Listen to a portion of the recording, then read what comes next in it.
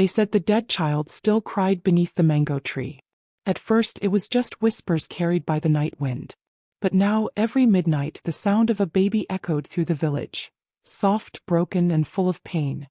No one dared to go near that tree except her, the mother, the same woman who buried her own child with her trembling hands. She had tried to move on, but every time the wind blew, it carried her child's voice. One night, unable to bear it anymore, she went to the grave.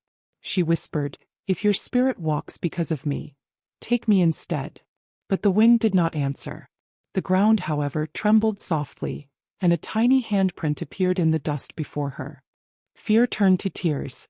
She dug into the earth with her bare hands, calling her child's name again and again. The deeper she dug, the colder the air became, until she saw it, a tiny piece of cloth, glowing faintly beneath the soil. She reached for it, and the ground moved. The cry stopped. The wind froze. The silence screamed louder than thunder.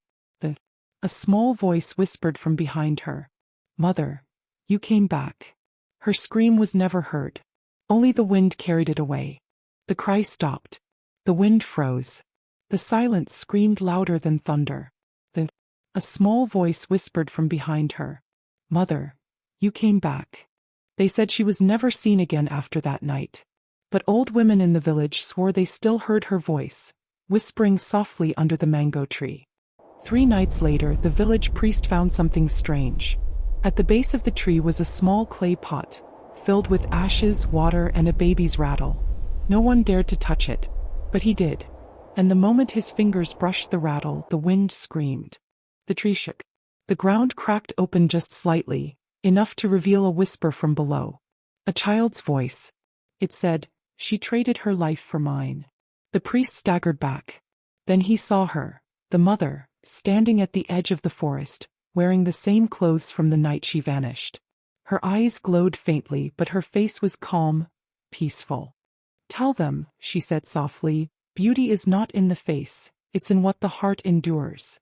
And then she smiled. Before her body turned into dust and vanished with the wind. By morning the mango tree had grown new blossoms, red like blood but soft like silk. And from that day on, every child born in that village had a small birthmark shaped like a tear. They said it was her blessing.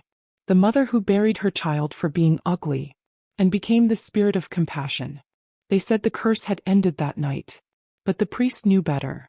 Because when he woke the next morning, he found a single red blossom from the mango tree on his chest, even though he slept miles away from the forest.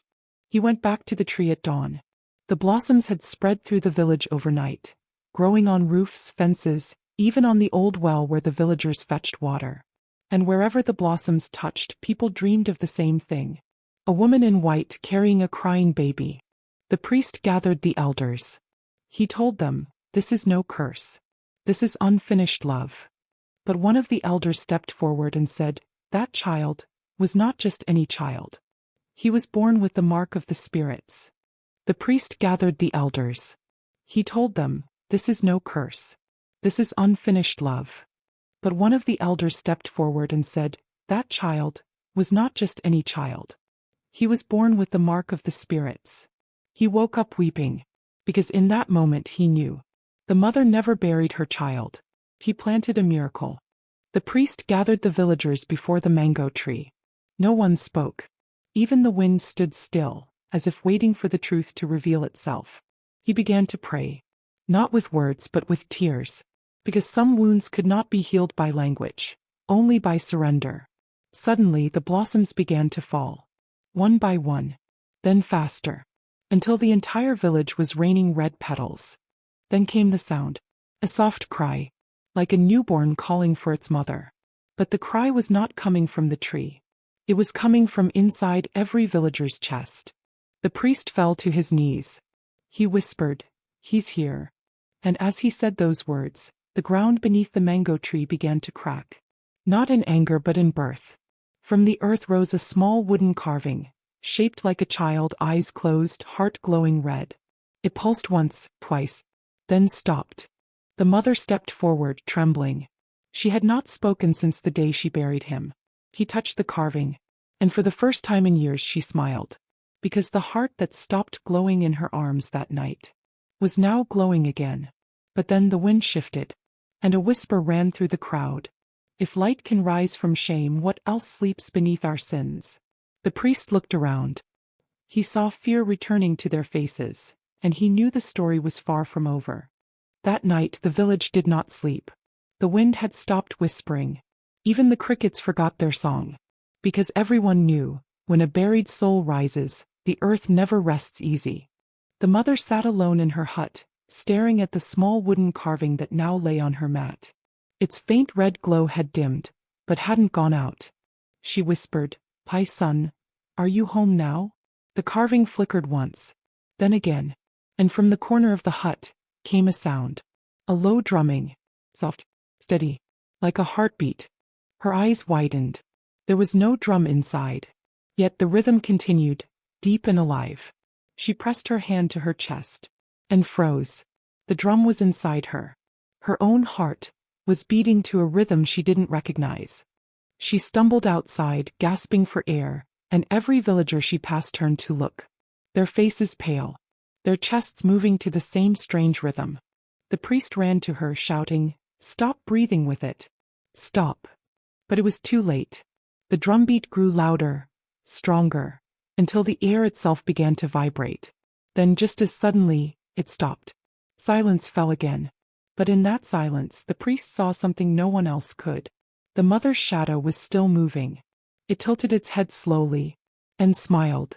That night no one dared to speak her name, because they said, once a mother's shadow starts to move on its own, she is no longer living among the living. The priest stood behind her hut, clutching his sacred staff, his lips trembling with prayers. But the words died in his throat when the shadow turned and looked straight at him. "Why did you bury me, Mama?" The voice was soft, but it came from the ground, from the shadow itself. The mother fell to her knees, shaking. No, I buried your pain, not you." But the shadow only grew darker, its edges stretching, forming tiny hands that reached toward her. "Mama," it whispered again, "do you know what it feels like to die unloved?" Her scream tore through the quiet night, echoing across the village like thunder. And when the people rushed to her hut, they found no one there. Only her mat, and two shadows on the wall. From that day the villagers said the hut stayed warm even in the coldest nights. Because somewhere within its walls, a mother and her child still sat together, waiting for sunrise that never comes. When morning came, the villagers found her hut open, yet the air inside was still warm, like someone had just breathed. The priest stepped in first. His bare feet trembled on the clay floor as he looked around. Everything was still except the child's small mat. It was freshly laid, as though someone had just slept there. He whispered a prayer, "May her soul find peace." But before he could finish, a soft humming filled the air. It was a lullaby, the same one the mother used to sing to her child before she buried her. The villagers said they saw two shadows walk out that morning, a woman and a small child, hand in hand. They moved toward the rising sun, and disappeared. No one ever entered that hut again. But every harvest season, when the wind blew from the east, people swore they could hear that same lullaby, soft, forgiving, and free. Because love never truly dies. It just learns to forgive. Please follow me for no reason.